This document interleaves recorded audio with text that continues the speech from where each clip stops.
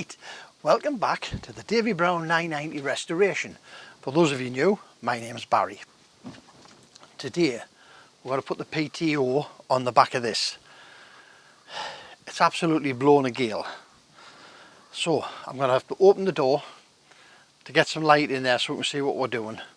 I've spent this morning about an hour prepping this, because you can remember the oil feed line that comes from the return off the valve chest that had to poke through a hole in the PTO casting to spray oil onto the gears inside the PTO that then weeps back out through another hole back into the transmission gearbox.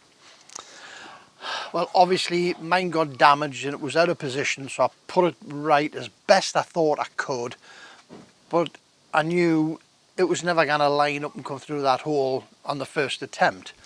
Now, it's took us about 4 or 5 on and offs to get this to match up and come through the hole. And obviously I didn't want to waste your time watching that coming on and off.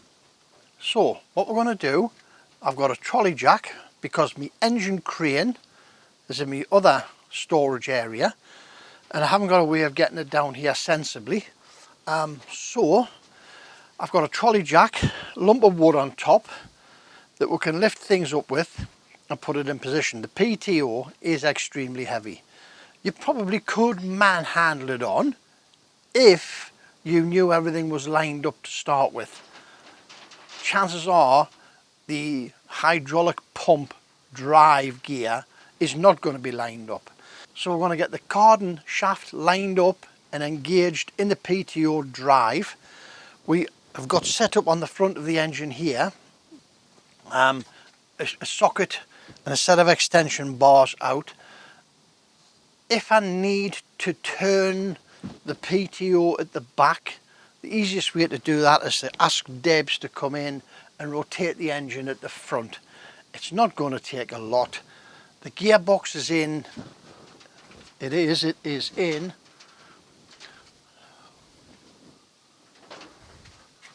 gearbox is in 3 high, so a little bit of turning at the front gets a lot of turning at the back.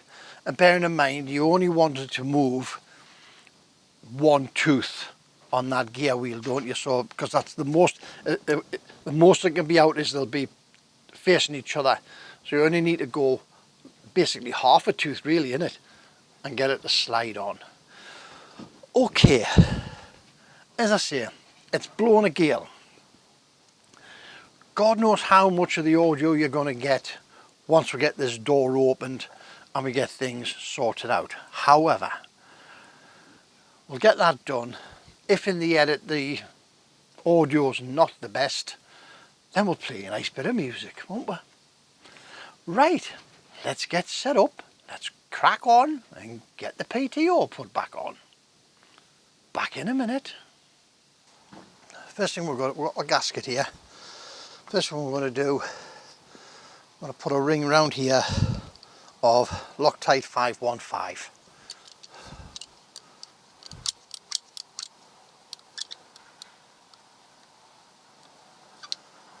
Just to secure the gasket. Hopefully we'll never take this off again.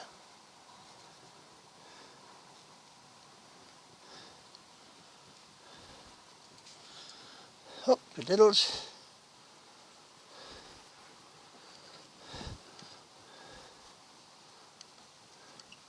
I haven't got any cloths, have I? I've got a rag here. I've got a, have I?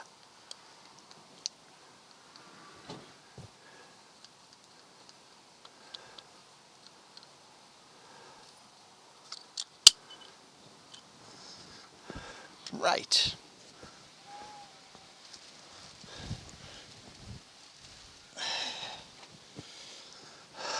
Got a big screw in the top, a big hole in the gasket.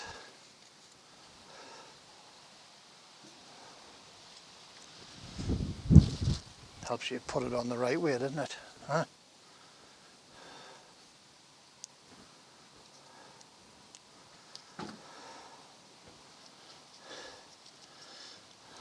Made this gasket, I just hammered it out whilst we had the plates off. Right, some more 515 on this one.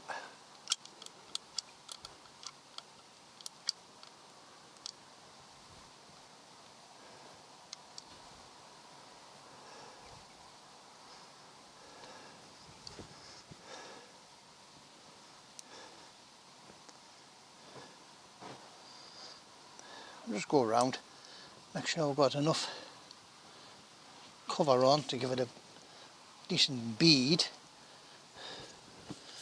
when we put the PTO up. As I say, I might have to get Deb to turn the engine for us.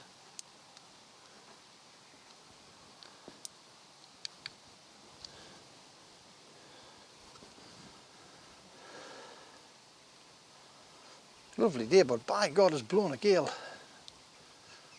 As I say, God knows how much of the audio you're going to get.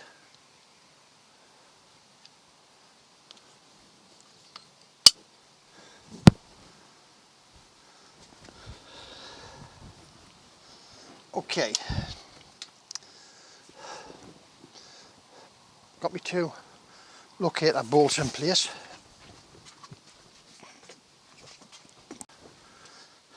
Get a bit of grease.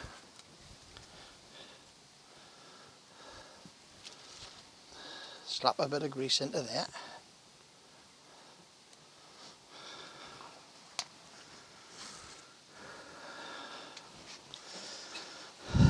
As I say, got my trolley jack, but I haven't got my engine crane. Not that it matters. So we've got my trolley jack pumped up.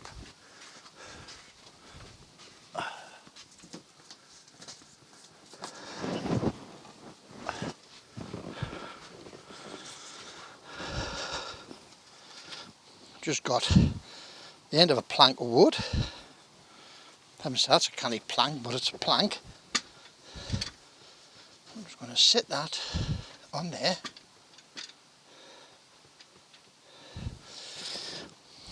We're going to lift our PTO on, our bag of bolts. We're going to lift our PTO on, engage the drive shaft first, then see if we can get the hydraulic pump engaged. As I say, this is one hell of a heavy beast.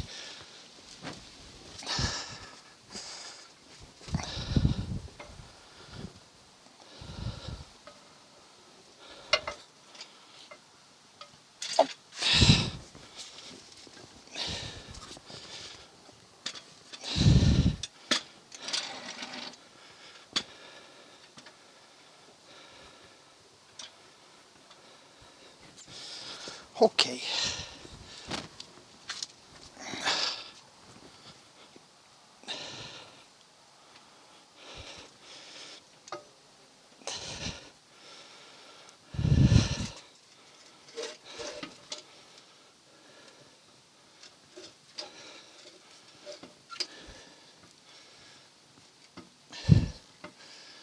I've also selected the gearbox, the PTO, into drive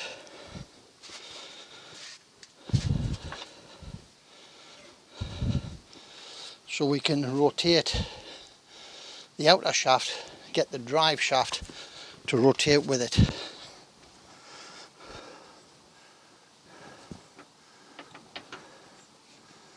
Right, we're in there and we're up to now the hydraulic pump. So let's give this a little turn, see if we can get it ourselves.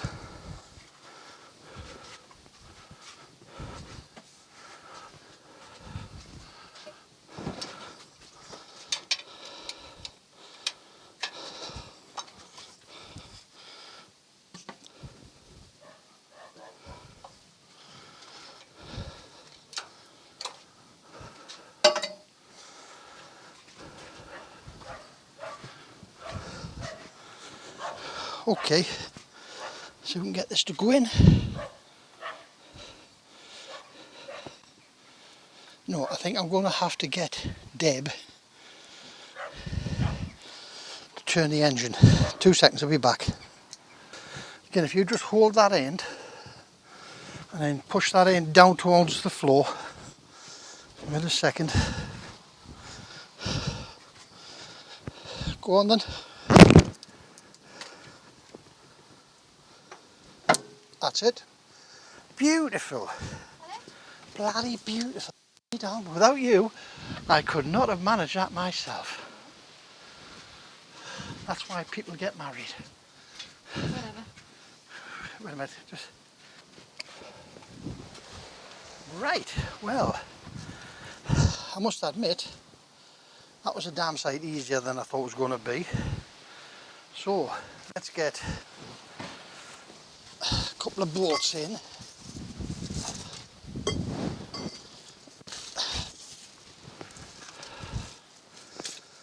And then we'll get our trolley jack out the way.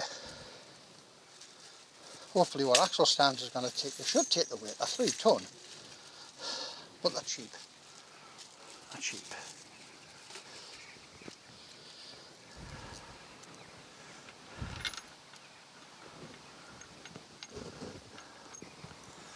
I'm going to leave the locator screws in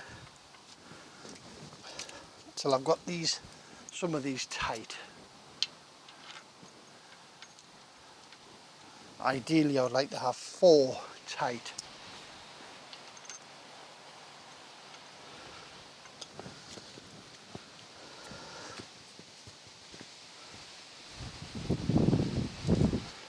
This hole here is for that dowel, which I've got up there. Need a little bit of a bump in.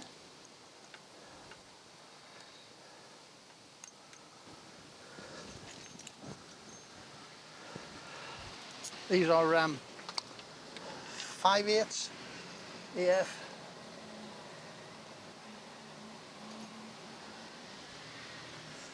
I've got also the gasket for the top of here, which is an aluminium plate. But I'm not going to be sealing that on, and I'm not going to put the draft control on at the moment because I will be putting the transmission oil into here. Right.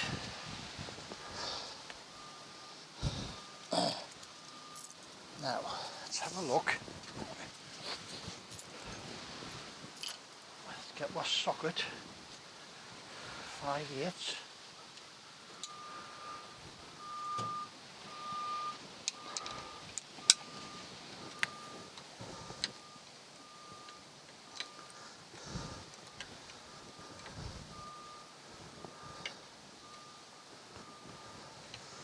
I'll go and get an extension bar.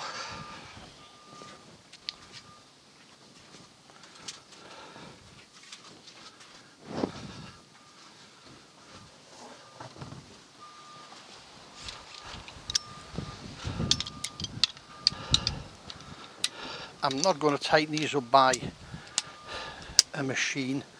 I want to do it all by hand because I want to feel that actually goes home and secures. You see what 515 starting to squeeze out, which is good.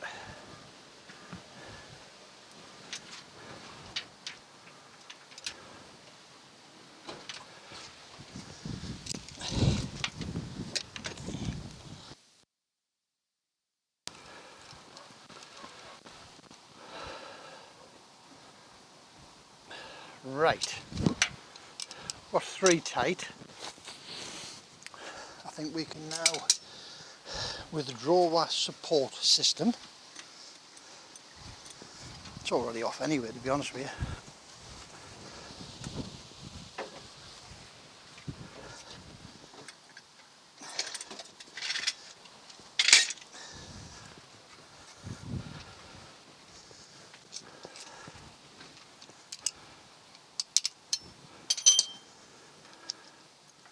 Get all these nipped up.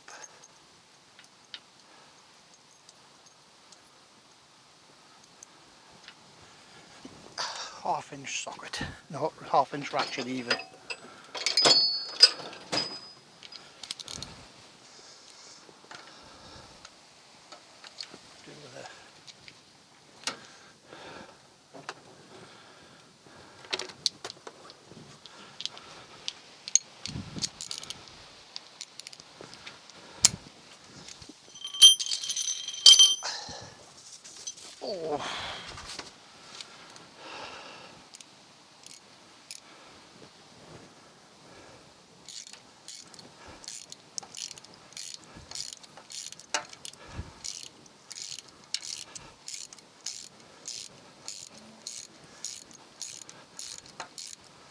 get some of these tightened up. Then we'll get those two guide bolts pulled out.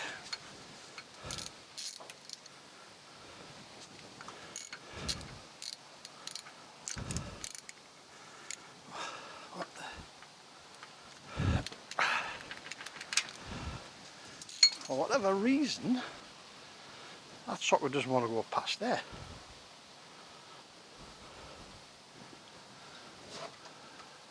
So we'll use a 5/8 spanner. Huh? Only one winner in this game, isn't there?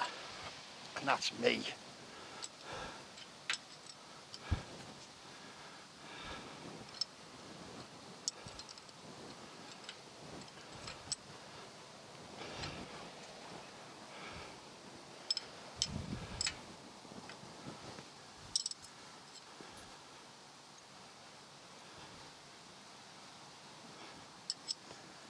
Get these just snugged.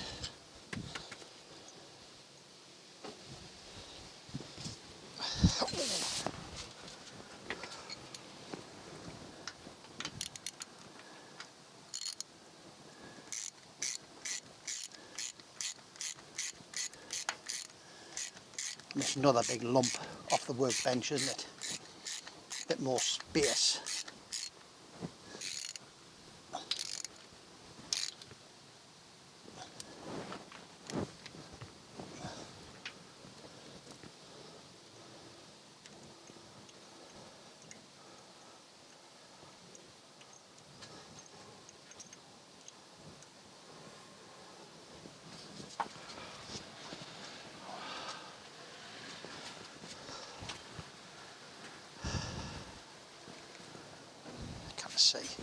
Can I see? Yes, it is.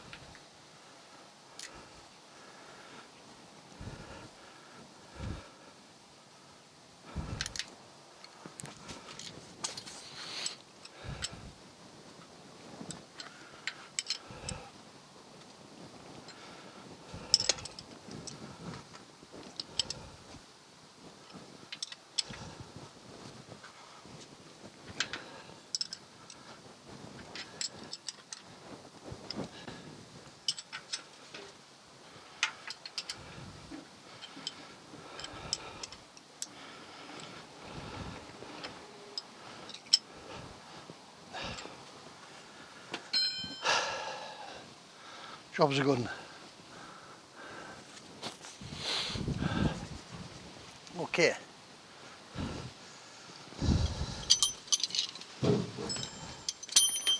Up. So now what we'll do, pop this transmission of a gear.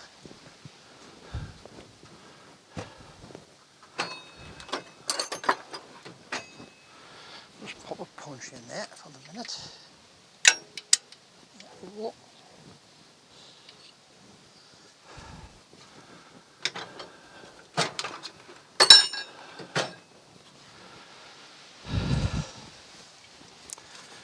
Right, that's it for this bit.